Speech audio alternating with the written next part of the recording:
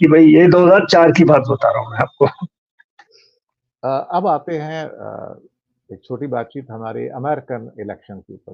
पहले तो हमारे दर्शकों को ये बताइए कि उनको अमेरिकन क्या कहते हैं पॉलिटिक्स के बारे में इतना ज्ञान नहीं है।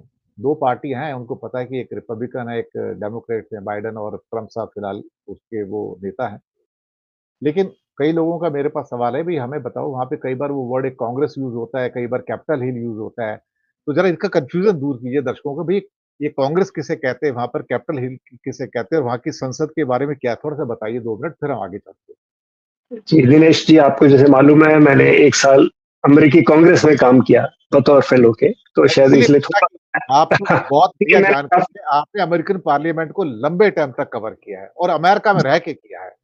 मैंने काम किया उनके साथ, कवर ही काम नहीं उनके मैं एज़ अ आप फेलो गया था। 1 साल मैंने वहाँ उनके साथ काम किया as a fellow, Fulbright fellow थी। हाँ, अ, जैसे हमारे यहाँ वेस्टमिंस्टर डेमोक्रेसी हम कहते हैं, वहाँ पे प्रेसिडेंशियल फॉर्म ऑफ गवर्नमेंट है और वहाँ पे जो अमेरिकी संसद है उसको कांग्रेस कहते हैं।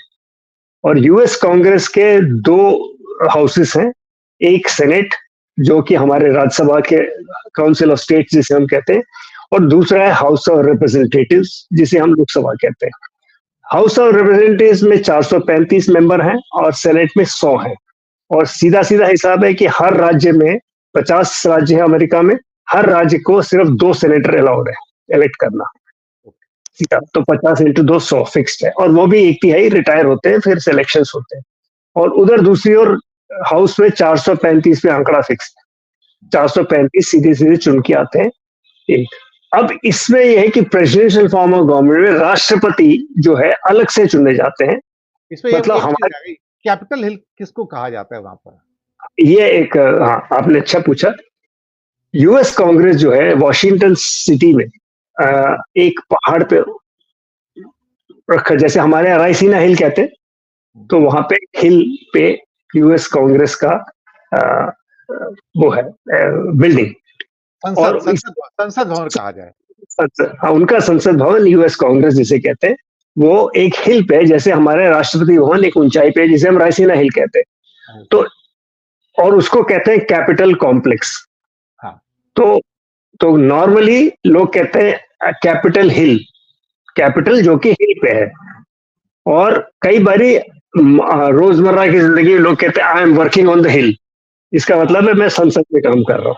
तो ये बहुत कॉमन लीजिए। तो आप कहें you know this is happening on the हिल, मतलब वहां पे संसद में ये चीजें चल रही है, ये पॉलिटिक्स चल रही है। ये क्वेश्चन मैंने इसलिए पूछा कि हमारे बहुत सारे भारतीय दर्शक पूछते हैं कि थोड़ा हमें बता तो दो ये बेसिक डिफरेंस क्या होता है उसका? जी, अब आई होप क्लैरिफाइड। हाँ, वो क्लैरिफाई हो गया उनके लिए, जी। जी, तो ये छोटी-छोटी टर्मिनोलॉजी है। तो यूएस कांग्रेस इस अच्छा वहाँ पे एक चीज़ और है, अक्सर लोग कन्फ्यूज़ करते हैं। चूँकि आपने पूछा थोड़ा प्राइमर मैं इसमें दे रहा हूँ। कांग्रेसमैन या कांग्रेस वुमेन जो भी है, कांग्रेसमैन कहते हैं, वो दोनों होते हैं। लेकिन रेफरल के लिए कहते हैं, जब हम कहते हैं कांग्रेसमैन, तो रेफरेंस हाउस ऑफ रिप्रेजेंटेटिव्स को कहते हैं। आमतौर पर जैसे मैं कहूँगा कांग्रेसमैन जिम मैकडर्मट जिनके साथ मैं काम करता था, इसका मतलब वो संसद के हाउस ऑफ रिप्रेजेंटेटिव में काम करते हैं। दूसरे हाउस का अगर रेफर करेंगे आप कहेंगे सेनेटर, तो वो क्लैरिफिकेशन हो जाता है कि इफ ऐसे सेनेटर ओबामा जो थे उस वक्त जब मैं वहां काम कर रहा था, वो सेनेटर थे। तो सेनेटर ओबामा या senator Clinton, senator McCain, senator John जो भी थे, तो वो सेनेट आइडेंटिफाई कर दिया आपने कि वो सेनेटर है, सेनेट में बैठते हैं। हाउस ऑफ रिप्रेजेंटेटिव्स को हम कहते हैं कांग्रेसमैन। और लेकिन एक चीज और बोल दूं, वहां का जो कांग्रेस है, यूएस कांग्रेस यानी कि हाउस ऑफ रिप्रेजेंटेटिव्स के चुनाव का कार्यकाल हर 2 साल, हमारी तरह 5 साल नहीं से चुनते, वो हर दूसरे साल नए सांसद चुनते हैं। तो एक साल से इस साल जो इनके चुनाव हो रहे हैं उसमें जो चुन के आएंगे, राष्ट्रपति चुन के आएंगे 4 साल के लिए, लेकिन जो हाउस के रिप्रेजेंटेटिव है वो सिर्फ 2 साल के लिए चुने जाते हैं। अच्छा, हर 2 साल में चुनाव होता है? 2 साल में चुनाव होता है और 2 साल बाद जब चुनाव होगा उसको वो कहते हैं मिड टर्म इलेक्शंस। अच्छा। मिड टर्म किसके लिए? राष्ट्रपति के लिए। तो अगर हाउस डेमोक्रेटिक इस वक्त, जैसे बाइडेन डेमोक्रेटिक राष्ट्रपति हैं, 4 साल अब हो गया और अगले साल फर्ज कीजिए ट्रंप जीतते या बाइडेन जीतते, तो और हाउस का कंट्रोल दूसरे के पास आ जाता है, दूसरी पार्टी के पास। तो कॉन्फ्लिक्ट चलता है, जैसे इस वक्त हो रहा है वहां पे। हाउस का कंट्रोल रिपब्लिकन्स के पास है और एडमिनिस्ट्रेशन डेमोक्रेट्स के पास है, इसलिए अच्छा। टकराव तनाव की स्थिति बनी रहती है। ये बड़ी बड़ी इंटरेस्टिंग चीज़ है देखा जाए तो ये कि हर 2 साल बाद इलेक्शन होता है और वो मतलब वो प्रेशर में रहते हैं कि भई परफ़ॉर्म तो करना ही है, परफ़ॉर्म नहीं करेंगे तो जनता बाहर कर देगी हमको। और एक और होता है वहां पे, पहले साल तो आप मेहनत करते हैं कि हम नया काम करें, और अगले साल उनका फंड रेजिंग में निकल जाता है, क्योंकि फिर चुनाव लड़ना है आपने, हुँ। तो फंड रेजिंग एक में और निकल जाता एक और क्वेश्चन पूछ लेता हूँ, अब वो चुनाव तो हो ही रहा है। एक बड़ी इम्पोर्टेंट चीज़ होती है जिसे कहते हैं स्टेट ऑफ यूनियन एड्रेस और ख़ास तौर है। से जी। चुनावी वर्षों में बड़ा इम्पोर्टेंट हो जाता है। नॉर्मल वर्षों में उतना इम्पोर्टेंट नहीं होता, लेकिन जिस साल चुनाव होता है, जैसे नवंबर में अब चुनाव होगा और फिर पहली जनवरी को जहाँ तक मेरी जानकारी है वो शपथ ग्रहण करते हैं, नया राष्ट्रपति चुना जाता है। वो मतलब टेक ओवर कर लेते हैं। नवंबर में चुनाव हो जाता है। तो ये स्टेट ऑफ यूनियन एड्रेस क्या होता है? हाँ, ये जैसे मैंने कहा कि वहाँ की जो सरकार है वो सदन नहीं गठन कर रही है, अलग से चुन के आ रहे हैं, एडमिनिस्ट्रेशन अलग से चुन के आता है, राष्ट्रपति का चुनाव अलग हो रहा है। तो ऐसे में राष्ट्रपति के ऊपर ये दारोमदार है कि वो चुने हुए सांसद के बारे में जाके 1 साल का लेखा जोखा रखते हैं कि 1 साल में मेरी सरकार ने क्या किया और अगले आने वाले में मेरी पॉलिसीज क्या होंगी। तो क्योंकि ये बहुत इसलिए भी इम्पोर्टेंट है दिनेश जी, क्योंकि पैसा जो है, पैसा, बजट कांग्रेस के पास, बिल पारित कराना कांग्रेस के हाथ में। जी, तो राष्ट्रपति को कांग्रेस के सामने जाना ही पड़ेगा। देश में भी कोई भी कानून चाहते हैं वो, तो उनको संसद पारित करवाना पड़ेगा। तो जी। राष्ट्रपति की ये मजबूरी भी एक तरह से कि वो संसद को अवगत भी कराएं कि वो कर क्या रहे हैं, और उनके साथ कांस्टेंट कोऑर्डिनेशन उनकी टीम्स करती रहती है। तो ये एक बड़ा अलग ढांचा है। और जैसे आपने अभी पढ़ा होगा कि फाइनेंस बिल को लेके, अलग-अलग बिलों को लेके जी सदन बंद होने की कार्रवाई पे है, अमेरिकन एडमिनिस्ट्रेशन बंद हो जाएगा। पीछे भी कुछ इस तरह की डिसएग्रीमेंट्स हैं। तो इसलिए क्योंकि पैसा उनके पास है। अगर आप पैसा नहीं देगा तो सरकार बंद हो जाएगी। तो पावर ऑफ द पर्स जिसे कहते हैं, वो एक बहुत बड़ी चाबी है उनके पास, हाउस ऑफ रिप्रेजेंटेटिव के पास, कि आपके बटुए में पैसा कितना डालेंगे और आप उस बटुए से पैसा कैसे खर्चेंगे राष्ट्रपति के, वो उस सदन के पास है। तो उसकी शक्ति बड़ा वहां पे है। बड़ा अंकुश है तो देखा जाए तो वो मतलब राष्ट्रपति फ्री नहीं है वहाँ पे देखा जाए तो। ना ना, और एक और है, कई बारी होता है कि बिल पारित करके भेज दिया सदन ने जो कि राष्ट्रपति को मंजूर नहीं है, तो वो अगर उसमें फिर रशाकशी चलती है कि वे जैसे अभी पीछे होता, आपका हाउस कंट्रोल करता है रिपब्लिकन, उनके पास मेजोरिटी है, उन्होंने बिल पारित कर दिया, जैसे जैसे करके सेनेट में भी पारित कर लिया, तो राष्ट्रपति के सामने एक चीज फंस जाती है आकर, और उनको पसंद नहीं है वो पॉलिसी लगाना, तो फिर उसमें एक होता है पॉकेट वीटो।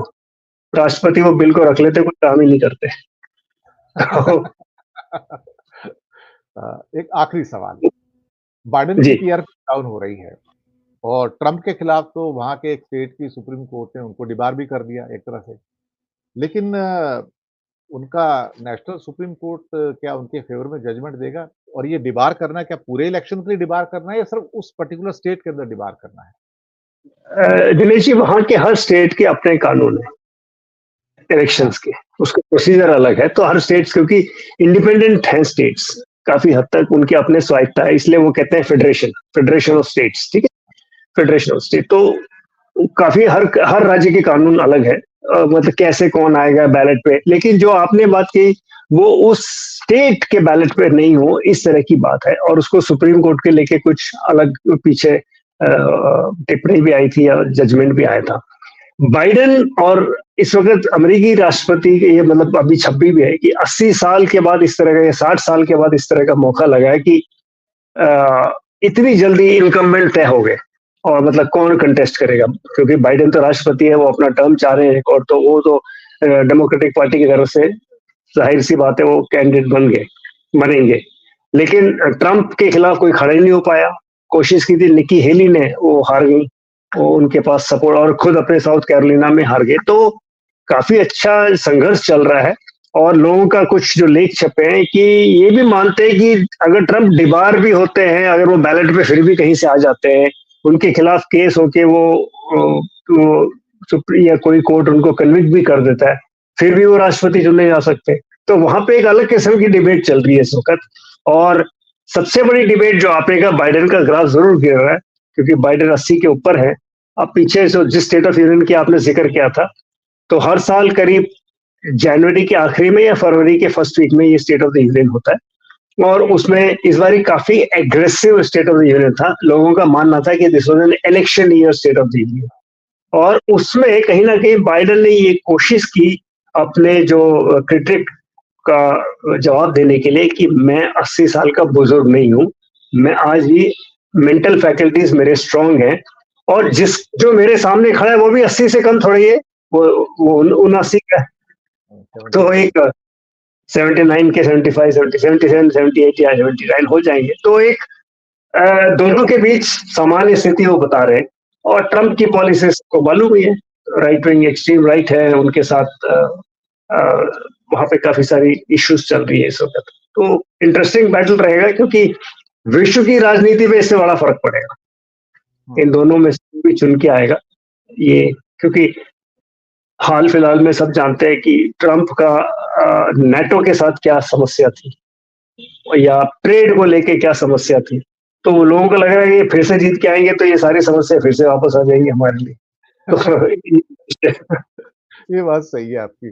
तो हम इसी के साथ अपने प्रोग्राम का समापन भी करेंगे। बहुत-बहुत धन्यवाद आपका। दर्शक मित्रों, आपका भी बहुत-बहुत शुक्रिया कि आपने वक़्त निकाला हमारे साथ जुड़े। और प्रसाद जी बड़ी इम्पोर्टेंट इनसाइट थी, आज की मज़ा आया और ख़ास तौर से अमेरिकन पॉलिटिक्स के बारे में ये जानकारियाँ लोगों तक नहीं पहुँचती हैं और कोई बताता भी नहीं है कि कोई इतनी गूढ़ जानकारी आपकी तरह रखता नहीं क्योंकि आपने वहाँ की संसद के अंदर काम किया है, तो आपको वहाँ की सारी जानकारियाँ भी पता है। बहुत-बहुत धन्यवाद आपका। आप आए, नहीं, आपने धन्यवाद। शुक्रिया आपका।